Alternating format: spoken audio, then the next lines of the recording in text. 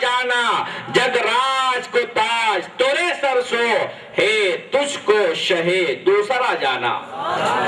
جب دیکھنے والا نبی کو دیکھ رہا ہے تو آل نبی کو دیکھنے میں کون سی ان کے اوپر دقت آئے گی؟ وہ تو میرا یقین بول رہا ہے کہ اللہ کے ولیوں سے ملاقات کیے ہیں. جب نبی نہیں چھپے تو آل نبی کا چھپے گے نگاہوں سے. میرے غوث جب پیدا ہوئے تو روزہ آپ نے رکھا. پیدا ہونے کے ساتھ روزہ رکھا آپ نے. دوسرا مہینہ آیا, چاند نکلا, لوگوں نے نہیں دیکھا. لوگ غوث پاک کی والدہ کی بارگاہ میں آئے, اے فاطمہ, اے ام الخیر, بدلی ہے, چاند نہیں دکھا, روزہ رکھا جائے کہ نہ رکھا جائے, کیا کہنا ہے آپ کا؟ کہا چاند تو میں نے بھی نہیں دیکھا ہے, مگر میرا 1 سال کا لاڈلا عبد القادر کل سے دودھ نہیں پیا ہے, میں نے سمجھ لیا کہ چاند نکل چکا ہے اور میرا بیٹا روزہ رکھ رہا ہے. وہ اللہ کا ولی جو پیدا ہونے کے ساتھ روزہ رکھ رہا ہے, اس کے مقام و منصب کو کون پا سکتا ہے؟ غوث پاک سے محبت کرنے والوں سنو, میرے غوث کی شان بڑی نرالی ہے. میں نے شاید اس سے پہلے بتلایا تھا کہ نہیں؟ اگر نہیں بتلایا تھا, غوث پاک رضی اللہ تعالیٰ عنہ کی شان وہ ہے کہ جب آپ پیدا ہوئے, جب آپ دنیا میں تشریف لائے, ایک دن ماں نے غوث پاک کو لیا, غوث پاک کو لے کر کے اپنے آغوش میں چمٹا لیا, اپنے مقدس بیٹے سیدنا غوث اعظم کی پیشانی پر بوسہ لیا, جو ہے آپ نے اور رخسار پاک کا بوسہ لیا. غوث اعظم ابھی چھوٹے سے ہیں, ماں کے گود میں غوث پاک مسکرا رہے ہیں, غوث پاک تبسم فرما رہے ہیں. ایک ماں اپنے لاڈلے بیٹے کو لے کر کے محبت کر رہی ہے اور بیٹا اپنے ماں کے مقدس چہرے کو دیکھ کے مسکرا رہا ہے.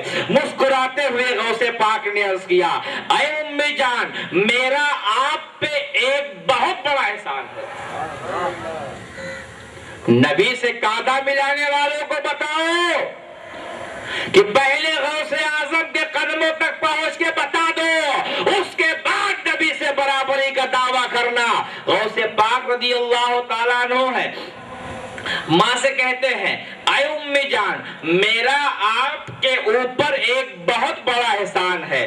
ماں عرض کر فرماتی ہیں, بیٹا عبد القادر, تم تو ابھی چھوٹے ہو, نہلاتی میں ہوں, کپڑے میں دھوتی ہوں, آنکھوں میں سرما میں لگاتی ہوں, بالوں میں کنگھی میں کرتی ہوں, خوشبوؤں سے میں سجاتی ہوں, اپنے پستان کا دودھ میں پلاتی ہوں. جب تمہیں کوئی ضرورت پیش آتی ہے تو تمہاری ہر ضرورت کو میں پوری کرتی ہوں. اے بیٹا عبد القادر, آج کیا وجہ ہے کہ تم مجھ سے یہ کہہ رہے ہو کہ تمہارا میرے اوپر احسان ہے؟ عبد القادر بیٹا, تمہاری یہ بات میری سمجھ سے بالا تر ہے. ساری خدمتیں میں کر رہی ہوں اور آپ یہ کہہ رہے ہو کہ ماں میرا آپ کے اوپر احسان ہے. بیٹا, اس کم سنی میں تم نے مجھ پہ کیا احسان کیا ہے؟ احسان تو میرا ہے کہ میں تمہاری ماں ہوں, میں نے 9 مہینے اپنے شکم میں رکھا, یہ میرا احسان ہے. میں تمہارے لیے تکلیفیں برداشت کرتی رہی, یہ میرا احسان ہے. کا خون جگر پلایا بیٹا عبد القادر, یہ میرا احسان ہے. عبد القادر بیٹا, تو بتا دے تو نے مجھ پہ کیا احسان کیا ہے؟ غوث پاک تبسم فرماتے ہیں, مسکرا دیتے ہیں, ماں سے عرض کرتے ہیں, اے امی جان, وہ لمحہ یاد کرو جب میں آپ کے شکم میں تھا, جب میں آپ کے پیٹ میں تھا, میں دنیا میں نہیں آیا تھا. ایک آنے والا آیا تھا, دروازے پہ نوک کیا تھا, دروازے پہ دستک دی تھی, بھکاری تھا. امی جان, یہ ہمارے خاندان کی ریت و دستور رہی ہے کہ ہم نے بھکاریوں کو کبھی لوٹایا نہیں ہے. قرآن کے اس فرمان کے مطابق, وَأَمَّا السَّائِلَ فَلَا تَنْهَرْ, سائل کو جھڑکی مت دو. ماں, ہمارے خاندان کی یہ ریت رہی ہے, خود بھوکے سو جاؤ, غریبوں کو بھوکے نہ سونے دو. خود جو پانی سے افطار کر لو, غریبوں کو پانی سے افطار نہ کراؤ. خود تکلیفیں برداشت کر لو, غریبوں کو تکلیفوں میں نہ رہنے دو. خود جو ہے کلفتوں زندگی گزار لو,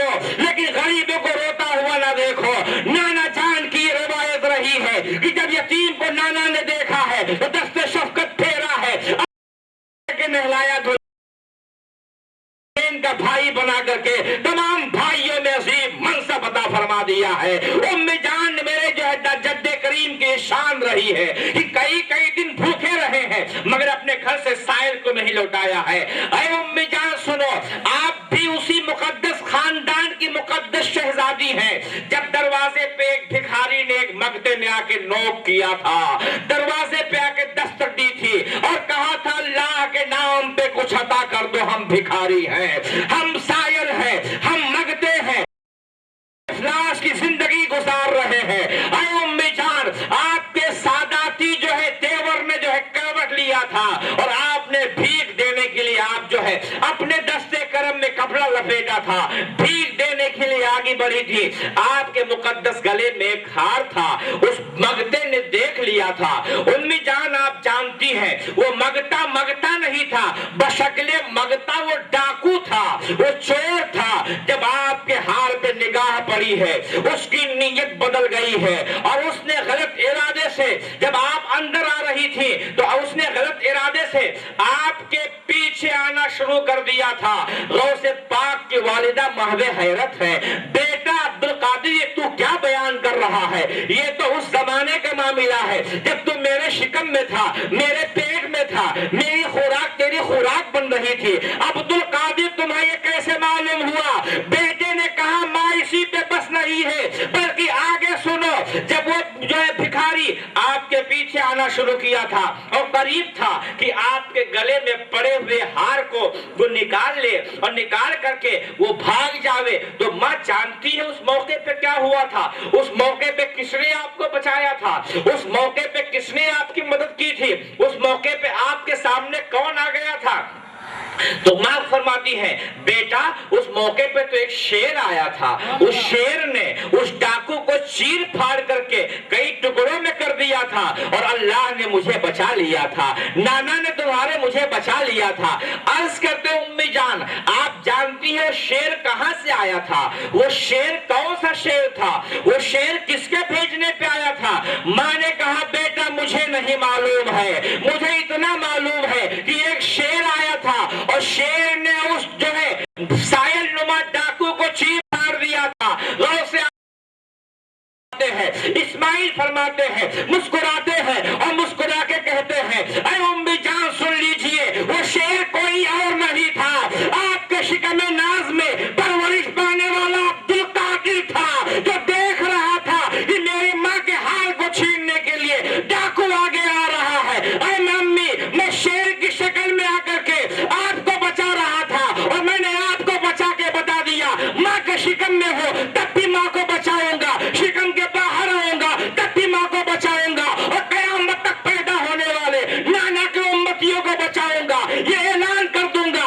غوث پاک کا کوئی بھی مرید جہنم میں نہیں جائے گا, غوث پاک کا نام لینے والا, غوث پاک کے سلسلے میں داخل ہونے والا جب مرے گا تو ایمان پہ مرے گا اور کل قیامت کے دن جب جائے گا تو جنت میں جائے گا.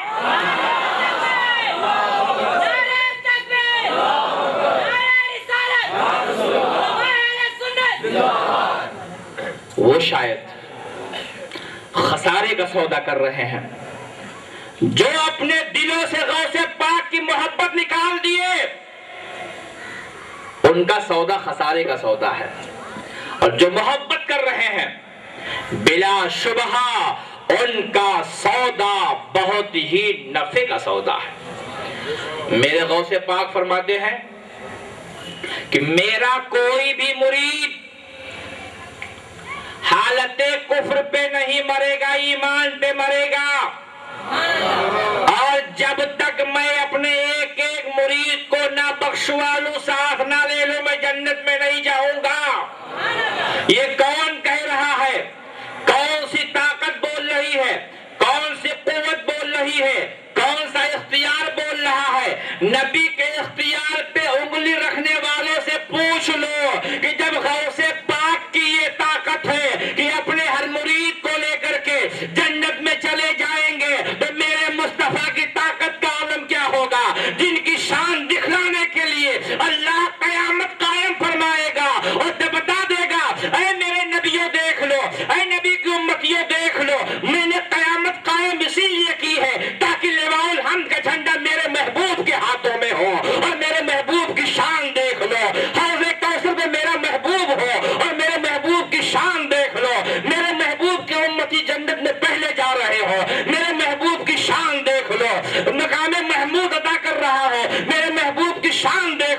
اسی لیے حضرت حسن رضا خان بڑے پیارے انداز میں ارشاد فرماتے ہیں فقط اتنا سبب ہے انعقاد بزم محشر کی کہ ان کی شان محبوبی دکھائی جانے والی ہے۔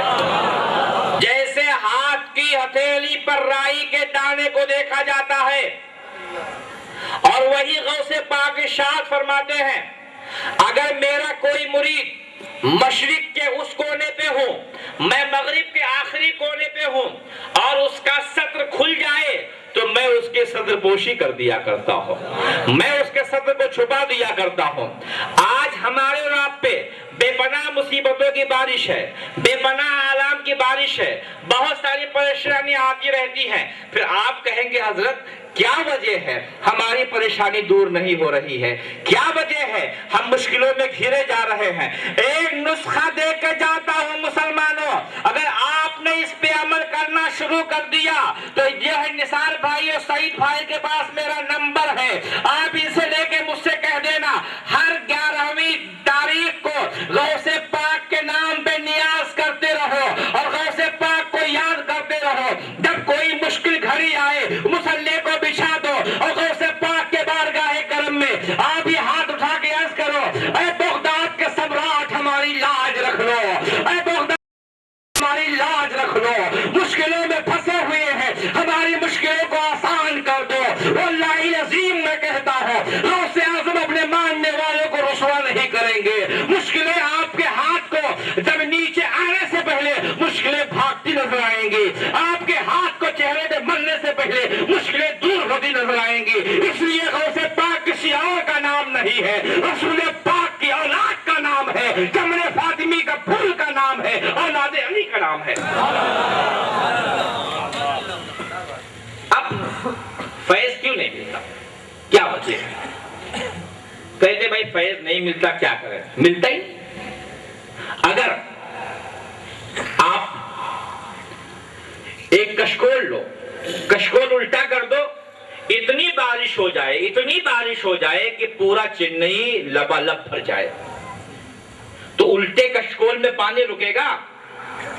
فیض لینے کے لیے ضروری ہے کہ جو دل کا کشکول ہے اسے صاف کر رو کینہ عداوت سے، محبتوں کی جوت جلا لو، آؤ بارگاہ عبدالحی رحمت اللہ علیہ میں اور ان سے کہو چادر پکڑ کر کے اے اللہ کے ولی غوث اعظم تک پہنچا تمہیں ہمیں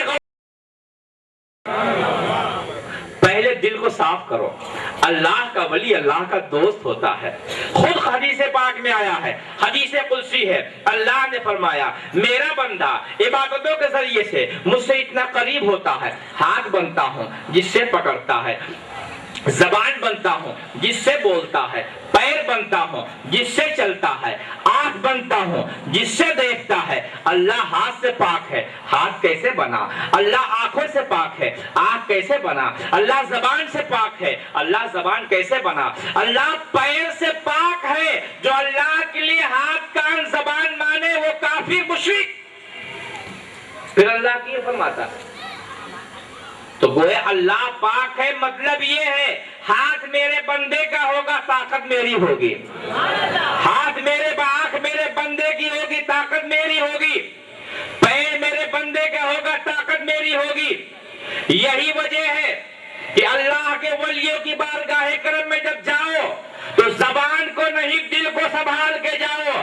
ہمارے پاس آؤ گے، قاضی صاحب کے پاس آؤ گے، ہم یہ زبان دیکھیں گے، اور جب اللہ کے ولی کے بارگاہ کرم میں جاؤ گے تو وہ تمہاری فراست ایمانی سے ہمارے دل کو دیکھ لیں گے اور دل میں جو لے کر کے آؤ پورا فرما دیں گے۔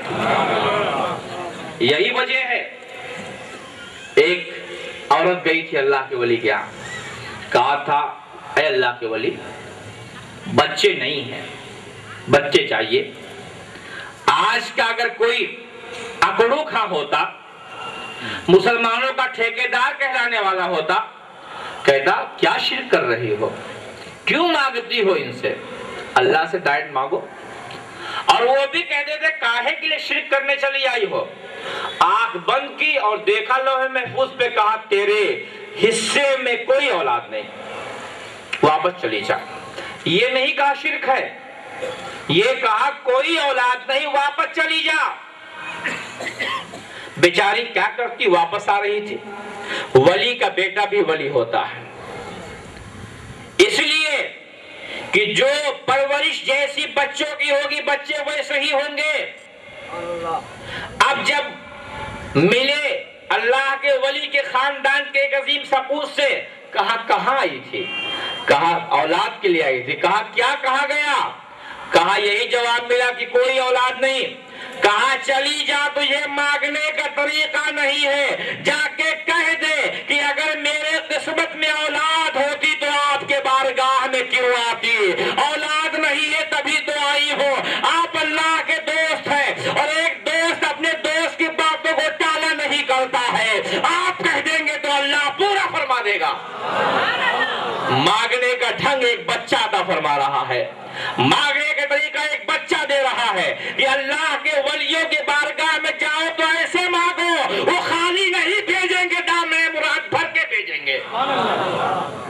اب ایسے موقع پر پھر واپس گئی، ہاتھ جوڑ کے کھڑے ہوئے ہیں اللہ کے ولی، بڑی آرزویں لے کر کے آئی تھی، بڑی تمنائیں لے کر کے آئی تھی، اور یہ سوچ کے آئی تھی کہ آپ کے در سے کوئی بھکاری خالی نہیں لوٹا ہے، ہم بھی خالی نہیں لوٹیں گے، ہمارا بھی کشکول بھر جائے گا، دامن مراد بھر جائے گا، اور مسکراتی ہوئی جائیں گی۔ آپ کے دربار کی یہ ریت رہی ہے کہ کوئی بھی آپ کے بارگاہ میں آنے والا مایوس ہو کر کے نہیں گیا ہے۔ آج ہم بھی مایوس ہو کے نہیں جانا چاہتے ہیں، اور آپ سے عرض کرنا چاہتے ہیں قسمت میں بچہ ہوتا تو آپ کے بارگاہ میں آتی ہو۔ اب جب یہ کہا اس بڑھیا نے تو فرماتے ہیں اب تو آئی نہیں، یہ بھیجی گئی ہے۔ گویا حجرے میں بیٹھ کر کے اللہ کا ولی دیکھ رہا ہے کہ آنے والی بڑھیا خود نہیں آئی ہے، اس کو کسی نے بھیجا ہے، کسی عظیم انسان نے میرے بارگاہ میں ارسال کیا ہے۔ کہا اچھا یہ رانا لے کے آئی، نہیں جائے گی؟ کہا بالکل نہیں جاؤں گی، جب تک اولاد میں نہیں ملے گی نہیں جاؤں گی۔ اللہ اکبر۔ اللہ کے ولی نے کہا جا میں نے 1 اولاد دیا، جا میں نے 2 اولاد دیا، جا میں نے 3 اولاد دیا، 7 اولادیں اللہ کے ولی نے عطا فرما دی، اور اللہ نے اپنے دوست کی بات کو ٹالا نہیں، اللہ نے اس عورت کو 7 اولاد عطا فرما دیا۔ وہ غوث اعظم نہیں تھے، بلکہ غوث اعظم کے بعد بہت جو ہے مقام و منصب میں بہت کم تھے غوث پاک تھے۔ جب ان کی شان یہ ہے اولاد مانگو اولاد دیں، دولت مانگو دولت دیں، اقتدار مانگو اقتدار دیں، ثروت مانگو ثروت دیں، جان مانگو جان دیں، تو غوث پاک کی شان کا کیا عالم ہوگا؟ جو بھی مانگو گے اللہ کی عطا سے غوث اعظم سب کچھ نوازتے رہیں گے۔ اور سنو، ہم آپ تو مسلمان ہیں نا بھائی، الحمدللہ ولیوں کے ماننے والے ہیں الحمدللہ۔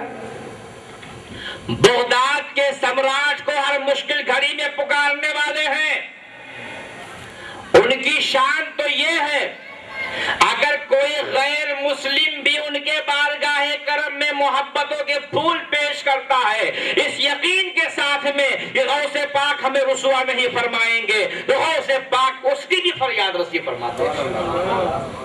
آؤ میں بتلاؤں، صاف کرو دل کے آئینے کو، بٹھاؤ عظمت غوث پاک۔ ایک نون مسلم کا پڑوسی مسلمان تھا، ہر 11ویں شریف میں غوث پاک کی نیاز بہت دھوم دھام سے مناتا تھا۔ ایک عورت تھی نون مسلم، جب وہ دیکھتی تھی تو اچھی خاصی مقدار میں وہ مرغے ذبح کرتا، بریانی بنواتا، میٹھے بنواتا، اور بنوا کر کے دوستوں احباب میں تقسیم کرتا، نیاز کرواتا۔ ایک دن اس غیر مسلمہ عورت نے پوچھ لیا، اے بہن ہر مہینے کی 11 تاریخ کو تو یہ کیا کرتی ہے مجھے بتا دے۔ کہا بغداد میں تمام ولیوں کے سردار مصطفیٰ پیارے کی اولاد ہم سب کے غوث پاک بڑے پیر دستگیر رہتے ہیں، ان کے نام کی نیاز کرتی ہوں، اور ان کے نام کی نیاز کر کے خود بھی کھاتی ہوں، دوستوں کو بھی کھلا دیا کرتی ہوں۔ کہا اچھا کیا ملے گا؟ یہ کرتی ہو تو ملے گا کیا؟ کہا جب بھی مشکل گھڑی آئے گی میرے غوث پاک میری فریاد رسی فرمائیں گے، میرے مشکلوں کو آسان فرمائیں گے، میرے وقار کی حفاظت فرمائیں گے۔ 10 منٹ کا ٹائم ہے، 15 منٹ کا ٹائم ہے، 15 منٹ میں اور بولوں گا انشاءاللہ، اس کے اندر ختم کرنے کی کوشش کروں گا۔ درود پاک پڑھیں۔ اللہم صلی علی سیدنا و شفیعنا و نبینا مولانا محمد بارک وسلم صلاۃ و سلام علیکہ یا رسول اللہ صلی اللہ تعالی علیہ وسلم۔ وہ یہ کہتی ہے کہ اگر غوث پاک رضی اللہ تعالیٰ عنہ کے بارگاہ کرم میں عریضہ پیش کرو جو بھی مانگو وہ دیتے ہیں۔ کہا بہن میں تو نبی کا کلمہ نہیں پڑھتی، اگر میں ان کے نام پہ نیاز کراؤں تو مجھے کیا ملے گا؟ غور کیجئے گا، ایک غیر مسلم ہے، اسلام تو اس بات کا اعلان کرتا ہے کہ فیض دینے میں وہ منہ نہیں دیکھتا ہے، وہ ذات نہیں دیکھتا ہے۔ جب میرا مولا روزی دینے میں مسلم نان مسلم نہیں دیکھتا ہے تو غوث پاک کیوں دیکھیں گے، غریب نواز کیوں دیکھیں گے؟ یہی وجہ ہے غریب نواز کیا آپ کے ہندوستان میں آپ بھی جاتے ہوں گے، آپ دیکھتے ہوں گے، ہندو بھی جاتا ہے اسے بھی دیتے ہیں، مسلم بھی جاتا ہے اسے بھی دیتے ہیں، عیسائی جاتا ہے اسے دیتے ہیں، جو بھی جاتا ہے غریب نواز دیتے ہیں۔ وجہ یہ ہے کہ انہیں دینے کے لیے میرے مصطفیٰ نے بھیجا ہے تب وہ دے رہے ہیں، چہرہ نہیں دیکھتے۔ اگر نہیں ملتا تو نہ بھاجپا کا کوئی نیتا جاتا، نہ کانگریس کا کوئی نیتا جاتا، نہ سپا کا کوئی نیتا جاتا، سب جا رہے ہیں۔ وجہ یہ ہے کہ میرے غریب نواز دے رہے ہیں، صبح قیامت تک دیتے رہیں گے۔ اب وہ عورت ایسے موقع پہ کہتی ہے بہن تو ہم بھی غوث پاک کے نام پہ نیاز کرنا چاہتے ہیں۔ کہا بہن سن لو، اگر تم نے سچے ارادے سے میرے غوث کے بارگاہ میں نیاز کرنا شروع کیا تو سن لو، جب بھی مشکل گھڑی آئے گی میرے غوث تمہیں رسوا نہیں فرمائیں گے۔ جان کی بھیک مانگو گی جان کی بھیک عطا کی جائے گی، مال کی بھیک مانگو گی مال کی بھیک عطا کی جائے گی، اولاد کی بھیک مانگو گی اولاد کی بھیک عطا کی جائے گی، عظمتوں کی بھیک مانگو گی عظمتوں کی بھیک عطا کی جائے گی۔ یہاں تک کہ غوث پاک کے نام پہ بہن نیاز کرتی رہو گی اور غوث پاک نے نگاہ کرم ڈال دیا تو جہاں سب بھیک ملے گی وہی غوث پاک ایمان کی بھیک بھی عطا فرما دے گا۔ اس سے بڑی دولت اور کیا ہو سکتی ہے؟ اب اس غیر مسلمہ عورت نے بھی ہر 11ویں شریف کو غوث پاک کی نیاز کرنا شروع کیا۔ نماز نہیں پڑھتی مگر نیاز کر رہی ہے، مزار پہ نہیں جا رہی ہے نیاز کر رہی ہے، سجدے نہیں کر رہی ہے نیاز کر رہی ہے۔ اس اللہ کے ولی ہے، مشکلوں کو دور فرما دیں گے۔ اب دیکھیے وہ معمول اس کا بن گیا۔ ایک موقع پر وہ سفر پہ جا رہی تھی، ایک نوجوان نے اس کو دیکھ لیا، دیکھنے کے بعد میں اس کی نیت میں فطور پیدا ہو گیا۔ راستے میں چلتے چلتے وہ قافلے سے بھٹک جاتی ہے، قافلے سے الگ ہو جاتی ہے، اپنے شوہر کے ساتھ جا رہی تھی۔ اس نوجوان نے اس عورت پہ غلط نگاہ ڈالی، شوہر ساتھ میں تھا، اس نے اس کے شوہر کو جان سے مار دیا۔ اب وہ اس موقع پہ بے قرار ہو جاتی ہے، شوہر کی جان جاتی ہے اور یہ آدمی اس عورت کے عظمت و وقار پہ حملہ کر کے اس کی عظمتوں کو تار تار کرنا چاہ رہا تھا۔ ایک غیر مسلم عورت ہے اور اس کی عظمتوں سے کھلواڑ کیا جا رہا ہے۔ اب وہ سوچ رہی ہے مولا کیا ہو گیا ہے کہ ہمارا شوہر بھی مارا گیا، ہمارے عزت سے کھلواڑ بھی ہونے والی ہے۔ ایسے موقع پہ اسے کچھ نہیں سوچ رہا تھا، اسے کچھ سمجھ میں نہیں بات آ رہی تھی۔ اچانک ذہن میں خیال آیا کہ ہمارے پڑوسی عورت نے مجھ سے کہا تھا جب کوئی مشکل گھڑی آئے گی تو بغداد کے سمراٹ کو یاد کر لینا، بڑے پیر کو یاد کر لینا، دستگیر کو یاد کر لینا، بغداد کے راجہ کو یاد کر لینا، حسنی سید کو یاد کر لینا، حسینی سید کو یاد کر لینا، چمن فاطمی کے اس پھول کو یاد کر لینا جن کے مہک سے پوری دنیا مہک رہی ہے اور قیامت تک مہکتی رہے گی۔ ایسے موقع پر اس نے تصور میں غوث پاک کے بارگاہ کرم میں حاضری دیا ہے۔ اے میرا شوہر جا چکا ہے، میرے عظمت پہ حملہ ہونے والا ہے، میری آبرو بچا لو بغداد کے راجا۔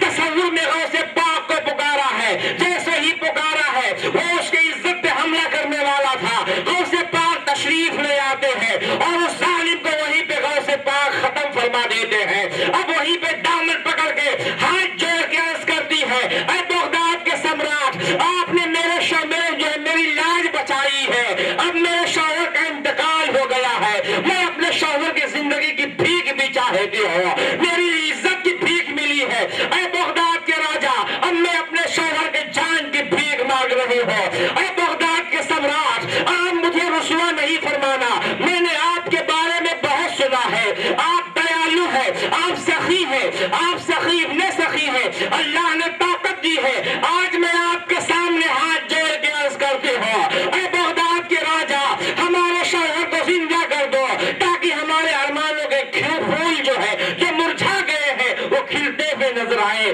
ہمارے گھر میں جو تاریکی چھا گئی ہے روشنی پھیل جائے۔